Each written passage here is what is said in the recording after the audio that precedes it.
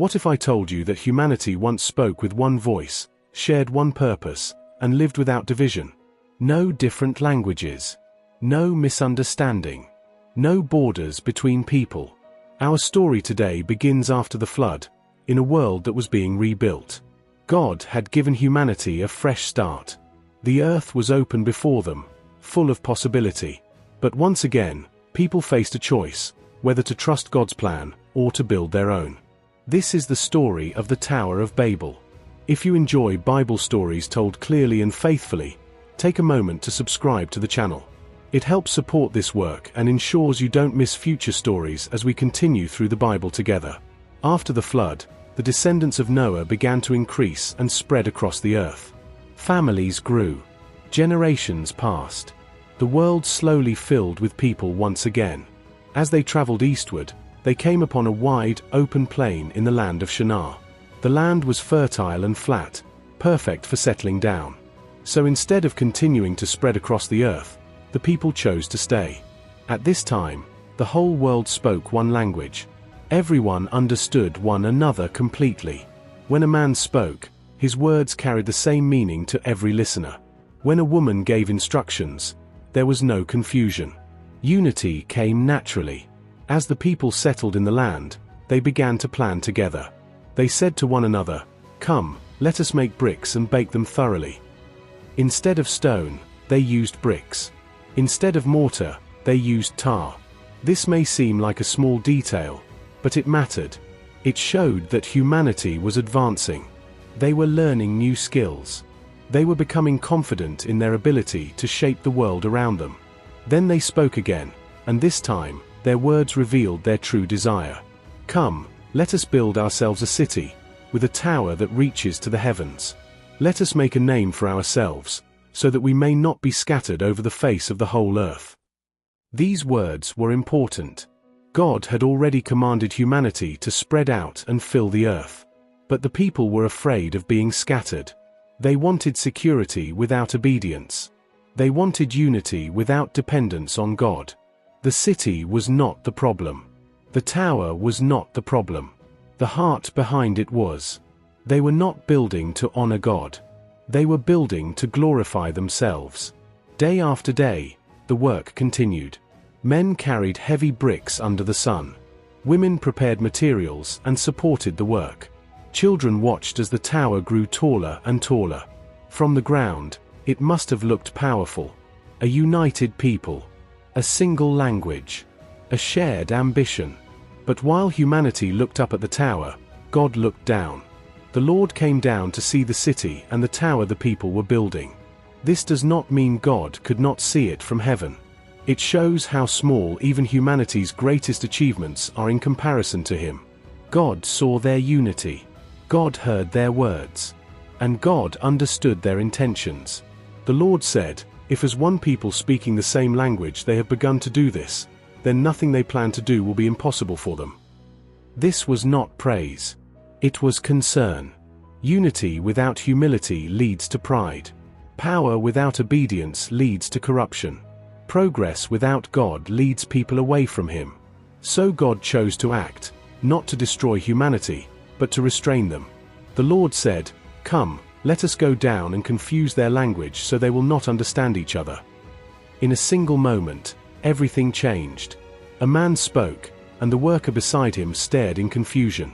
A woman gave instructions, and they sounded like meaningless noise. Words that once brought unity now caused division. Arguments broke out. Work slowed. Plans collapsed. The tower stood unfinished. Because the people could no longer understand one another, they stopped building the city. The unity they depended on was gone. The project they trusted in failed. And from that place, the Lord scattered them over the face of the whole earth. Families moved in different directions. Groups separated. New languages formed. New cultures emerged. Nations were born. The place was called Babel, because there the Lord confused the language of the whole world. What humanity built to protect themselves became the reason they were scattered. What they built to make a name for themselves became a symbol of human limitation. Yet even in judgment, there was mercy. God did not wipe them out. He redirected them. He fulfilled his original command, that the earth be filled, without destroying his creation. The story of Babel teaches us something important. God is not against unity, but he is against pride. God is not against progress, but he is against progress that replaces him. God desires people to work together, but under his authority, not above it. At Babel, humanity tried to reach heaven by their own strength. They built upward without looking upward to God. And when people seek glory for themselves instead of honoring the Creator, confusion follows. Even today, the effects of Babel can still be felt. Misunderstanding, division, people speaking past one another. But the Bible does not end at Babel. God's plan continued. Soon, he would call one man, Abraham, and begin a new chapter in his story. And generations later, God would bring a moment when languages would no longer divide, but unite. At Pentecost, people from many nations heard one message, each in their own language. Not to make a name for humanity, but to glorify God. The Tower of Babel was left unfinished. The people were scattered. Languages were divided. Humanity spread across the earth, just as God had commanded from the beginning. But God's plan did not end with confusion. Out of the many nations that emerged after Babel, God chose to begin something new. Not through a city, not through a tower, not through human ambition. This time, God would work through one man. After the scattering at Babel, generations passed quietly. Families settled into new lands. Languages became traditions. Nations formed their own identities. Among these people was a man named Abram. Abram lived in a city called Ur of the Chaldeans. It was a place of wealth, culture, and stability. The people of Ur were advanced, organized, and deeply religious, but they did not worship the one true God alone. Abram lived there with his father Terah, his wife Sarai, and his nephew Lot. Life was predictable, comfortable, secure.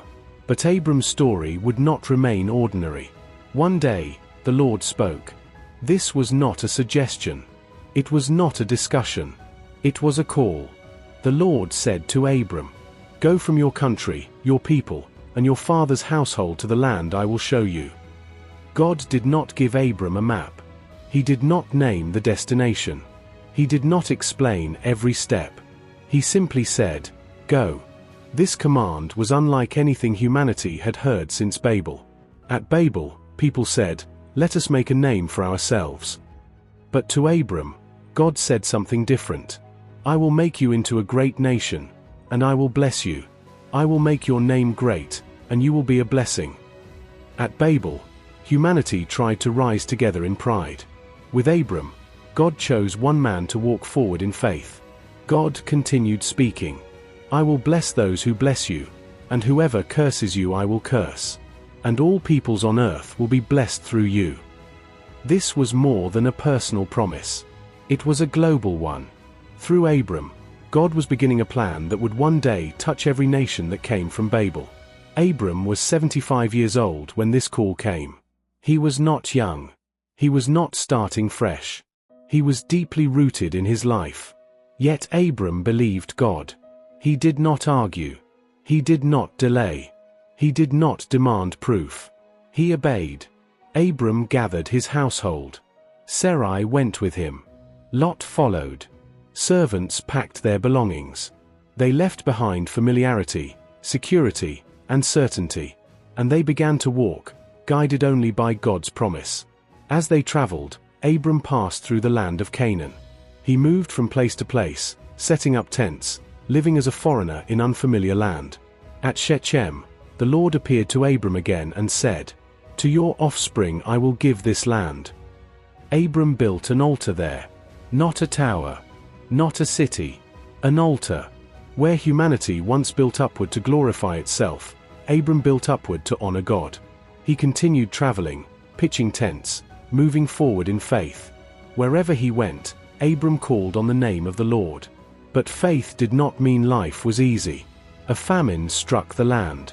Food became scarce. Survival became uncertain. So Abram traveled to Egypt to live there for a time. Fear crept in. Abram worried about his safety because of Sarai's beauty. In his fear, Abram made a decision that revealed his humanity.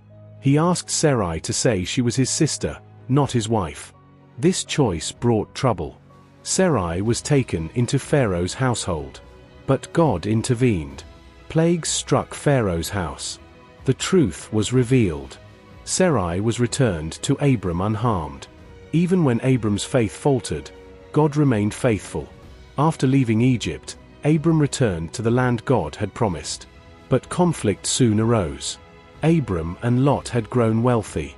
Their herds increased. The land could no longer support both of them together. Strife broke out between their herdsmen. Once again, Abram faced a choice. Instead of asserting authority, Abram chose peace. He said to Lot, "Let there be no quarreling between you and me. Choose where you want to go, and I will go the other way." Lot looked toward the fertile plains near Sodom. They looked well-watered and prosperous. So Lot chose that land. Abram remained in the land of Canaan. Then the Lord spoke again. "Lift up your eyes. Look north and south, east and west. All the land you see I will give to you and your offspring forever." God was reaffirming his promise.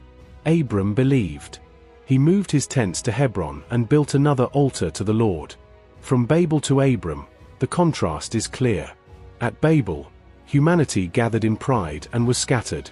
With Abram, one man obeyed in faith and became the beginning of a nation. At Babel, people tried to reach heaven. With Abram, God reached down. This was the beginning of a covenant, a promise, a story that would lead to Israel, to kings, to prophets, and ultimately, to redemption. God did not abandon humanity after Babel. He began again, this time through faith, not pride. And the journey of Abraham was only just beginning. If you enjoyed this Bible story, please subscribe to the channel and turn on notifications, so you'll be notified when new videos are released. We are continuing this journey through the Bible, one story at a time.